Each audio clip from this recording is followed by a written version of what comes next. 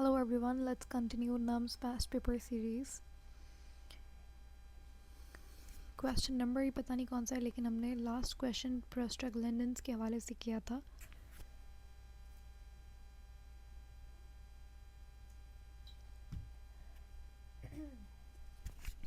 हाँ, तो ये हमारे पास फर्स्ट क्वेश्चन है कि बॉडी कोऑर्डिनेशन कौन से ब्रेन के पार्ट्स की कंट्रोल होती है. सही जवाब सेरिबेलम है, यानी कि फॉर एग्जांपल ये हाथ है, बाइसेप और ट्राइसेप आपस में कोऑर्डिनेट करते हैं. एक कॉन्ट्रास्ट, उसके अंदर एक के अंदर कॉन्ट्रैक्शन होती है, दूसरे के अंदर रिलैक्सेशन होती है.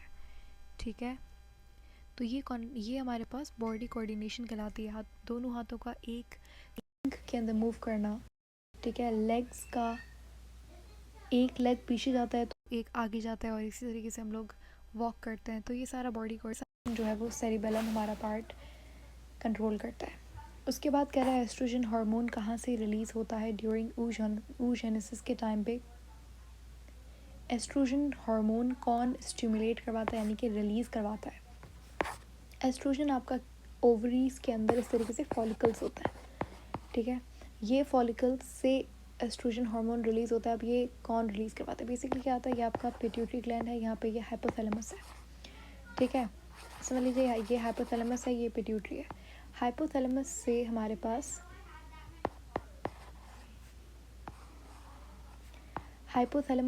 गोनाडोट्रोपिन रिलीजिंग हार्मोन निकलता है. ठीक है, गोनाडोट्रोपिन रिलीजिंग हार्मोन GRH, ये हार्मोन जाके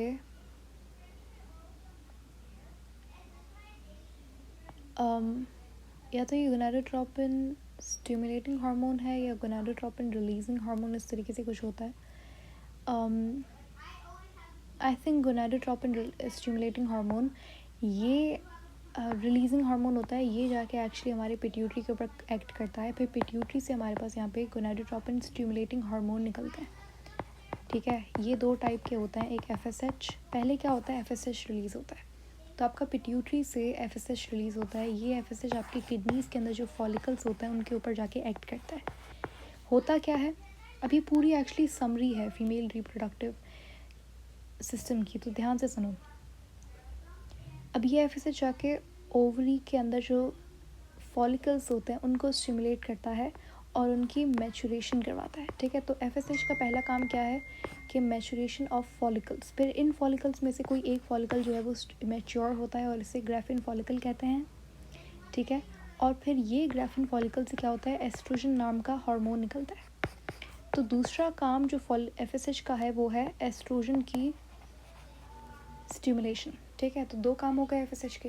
अब आहिस्ता आहिस्ता क्या होता है कि एस्ट्रोजन का अमाउंट इंक्रीज़ होता है और इसी के साथ साथ FSH का अमाउंट क्या होता है, डिक्रीज़ होता है. जब FSH का अमाउंट डिक्रीज़ होता है, ये डिक्रीज़ होना एक्चुअली सिग्नल देता है आपके पिट्यूटरी को, ताकि वो दूसरा GSH रिलीज़ करे, जिसे LH कहा जाता है, ल्यूटिनाइजिंग हार्मोन. ये ल्यूटिनाइजिंग हार्मोन आके इस ग्राफिन फॉलिकल पे एक्ट करता है और ओव्यूलेशन करवाता है. ठीक है, LH का काम होता है ओव्यूलेशन करवाना. इसका मतलब ये है कि ग्राफिन फॉलिकल को ओवरी से निकालकर फैलोपियन ट्यूब में लाना. ठीक है, तो ये पूरी कहानी थी FSH और LH की. FSH के दो काम होता है, एक एस्ट्रोजन रिलीज़ करवाना और मैच्योरेशन ऑफ फॉलिकल्स. उसके बाद मेल के अंदर इनहिबिन हार्मोन प्रोड्यूस करवाता है कौन, मेल रिप्रोडक्टिव सिस्टम की अगर हम बात करें तो हमारे पास इस तरीके से टेस्टिस एक ऑर्गन है, मेल रिप्रोडक्टिव ऑर्गन. ठीक है, उसके अंदर ही स्पर्मेटोजेनेसिस होता है. यहाँ पे हमारे पास दो तरीके के सेल्स मौजूद होते हैं टेस्टिस के अंदर. एक होते हैं सर्टोली सेल्स और एक होता है लेरिक sales.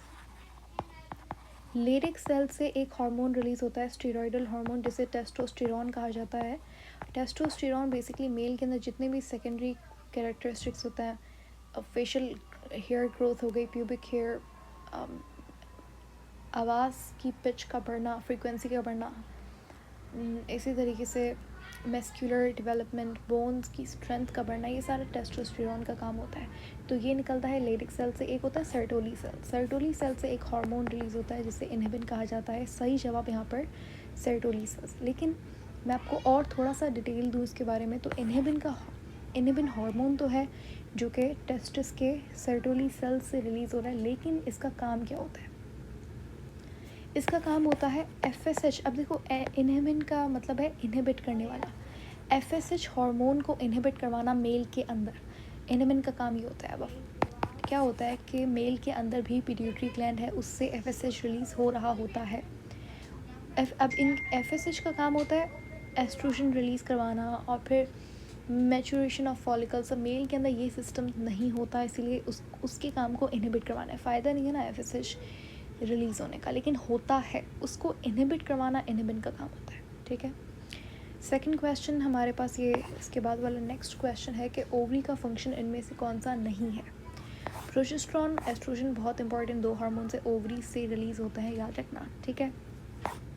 Progesterone during the pregnancy period ज़्यादा रिलीज़ होता है as compare to before gestation, ठीक है। और एस्ट्रोजन आपका बिफोर गेस्टेशन और ड्यूरिंग गेस्टेशन दोनों टाइम पे इक्वली रिलीज़ होता है। उसके बाद ओव्यूलेशन, ओव्यूलेशन कहते हैं जो आपका ग्राफिन फॉलिकल ओवरी के अंदर पड़ा हुआ है उसको आप फैलोपियन ट्यूब में लेकर आना, ये काम करवाता है ल्यूटिनाइजिंग हार्मोन यानी कि LH। इस प्रोसेस को, इस स्टेप को ओव्यूलेशन कहते हैं। ओव्यूलेशन कोई सेकंड या थर्ड स्टेप होता है किसका, मेंस्ट्रुअल साइकिल का, जो कि MCAT के लिए बहुत इंपॉर्टेंट टॉपिक है। HCG प्रोडक्शन, ये ओवरी का काम नहीं होता। HCG कहा जाता है ह्यूमन कोरियोनिक गोनाडोट्रोपिन को। ये एक हार्मोन है जो कि प्रेगनेंसी हार्मोन भी कहलाता है और ये रिलीज़ होता है आपका प्लासेंटा से, ठीक है। बेसिकली क्या होता है, कोरियन का मतलब प्लासेंटा ही होता है।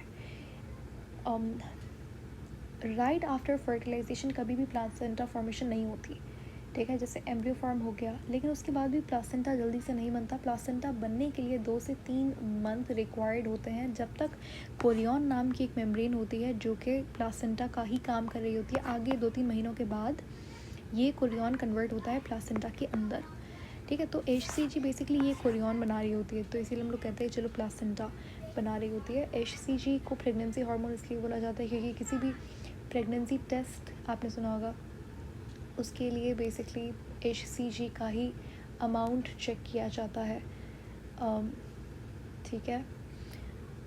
और HCG का काम बहुत इंपॉर्टेंट होता है जब तक प्लासेंटा फुली डेवलप नहीं हो जाता, यूट्रस की लाइनिंग एकदम स्ट्रॉन्ग नहीं हो जाती, तो उसको सपोर्ट देना। और ये बेसिकली आपके पास एस्ट्रोजन प्रोजेस्टेरॉन में से भी हार्मोन्स रिलीज़ करवा रहा होता है, ठीक है।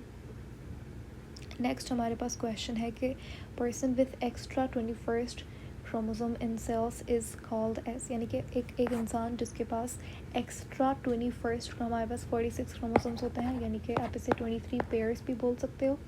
इसमें से अगर किसी बंदे के पास 21st वाला जो क्रोमोसोम है वो किसी के पास एक्स्ट्रा है, ठीक है। अब देखो क्रोमोसोम हमारे पास 2 तरीके के होते हैं, एक होते हैं ऑटोजोम्स, ऑटोजोमल क्रोमोसोम्स या फिर ऑटोसोम्स, और एक होते हैं सेक्स क्रोमोसोम्स। सेक्स क्रोमोसोम सिर्फ 2 होते हैं, एक X और एक Y। फीमेल के अंदर होता है XX और मेल के अंदर होता है XY। बाकी जितने भी होते हैं वो ऑटोजोम्स होते हैं, ठीक है। अब दुनिया में एक मेल और एक फीमेल के अंदर क्या डिफरेंस होता है, कोई डिफरेंस नहीं है, सिर्फ एक 46 क्रोमोसोम्स में से सिर्फ एक क्रोमोसोम का डिफरेंस होता है दोनों लिविंग बींग्स के अंदर, ठीक है। कि फीमेल के अंदर एक X होता है इंस्टेड ऑफ Y, जो कि मेल के अंदर Y होता है, ठीक है। बाकी कोई डिफरेंस नहीं होता, दिमाग भी उतना ही है एक लड़की लड़के में, एनीवेज बस एक क्रोमोसोम का डिफरेंस होता है। लेकिन यहाँ पे बात हो रही है 21st क्रोमोसोम की, जो कि ऑटोजोम है, ऑटोजोम है, दूसरा सेक्स क्रोमोसोम नहीं है, दूसरा वाला ऑटोजोम है। अगर किसी के अंदर ये वाला 21st क्रोमोसोम एक्स्ट्रा हो तो ऑफकोर्स ये एक डिसऑर्डर है। इस सिंड्रोम को क्या बोला जाता है, डाउन सिंड्रोम बोला जाता है, ठीक है। इसी तरीके से हमारे पास 2-3 और इनहेरिटेंस वाले चैप्टर के अंदर, या फिर मेरे ख्याल से आपका क्रोमोसोम एंड DNA वाले चैप्टर के अंदर ये सिंड्रोम्स गिवन है। एक टर्नर सिंड्रोम आपको पता होना चाहिए, क्लाइनफेल्टर सिंड्रोम, और दूसरा ये डाउन सिंड्रोम। डाउन सिंड्रोम में क्या होता है, 21st क्रोमोसोम एक्स्ट्रा होता है, ठीक है। एक होता है क्लाइनफेल्टर सिंड्रोम। क्लाइनफेल्टर सिंड्रोम में जब किसी मैन के अंदर एक एक्स्ट्रा X क्रोमोसोम हो, यानी कि उसके पास 3 सेक्स क्रोमोसोम्स हो इंस्टेड ऑफ 2, ये क्या है, ये नॉर्मल मेल है। लेकिन अगर किसी के पास एक्स्ट्रा X क्रोमोसोम है तो वो उस सिंड्रोम को कहते हैं क्लाइनफेल्टर सिंड्रोम। इसके अंदर जो मेल रिप्रोडक्टिव सिस्टम है वो डेवलप नहीं हो पाता, उसके अंदर proper amount of testosterone release नहीं होता वगैरह वगैरह। तो इसे कहते हैं क्लाइनफेल्टर सिंड्रोम। ये कंडीशन आपने बस याद रखनी है कि मेल के अंदर जब एक्स्ट्रा एक्स होता है तो वो उसके अंदर थोड़े बहुत फीमेल कैरेक्टरिस्टिक्स आते हैं, ठीक है, इसको बोलते हैं क्लाइनफेल्टर्स। उसके बाद एक और आपको याद रखना है टर्नर सिंड्रोम। फीमेल के पास 2 एक्स होते हैं, ये नॉर्मल फीमेल है, लेकिन अगर किसी फीमेल के पास 1 एक्स हो, ठीक है, यानी कि 1 मिसिंग एक्स, उसको बोलते हैं टर्नर सिंड्रोम। टर्नर सिंड्रोम के अंदर बहुत सारी और कंडीशंस होती हैं। फीमेल की हाइट शॉर्ट होगी, नेक वाला एरिया बहुत कम होगा, यानी कि इस तरीके से उसकी नेक आपको दिखेगी ना होने के बराबर, और उसकी कार्डिक एक्टिविटी नॉर्मल नहीं होगी, ब्रेथिंग रेट हमेशा अप डाउन रहता है, उसकी हाइट छोटी होती है, और उसकी बॉडी के अंदर मेंस्ट्रुएशन नहीं होती, oogenesis नहीं हो पाता, और भी इस तरीके से बहुत सारी आपको कंडीशंस देखने को मिलती है। तो एक्स्ट्रा एक्स क्रोमोसोम अगर मेल के अंदर हो तो वो क्लाइनफेल्टर सिंड्रोम है, ठीक है। ये मेल क्या होगा, ये स्टेराइल टेस्टिस होंगे, यानी कि ये टेस्टिस के अंदर स्पर्मेटोजेनेसिस नहीं होता, सेक्स क्रोमोसोम्स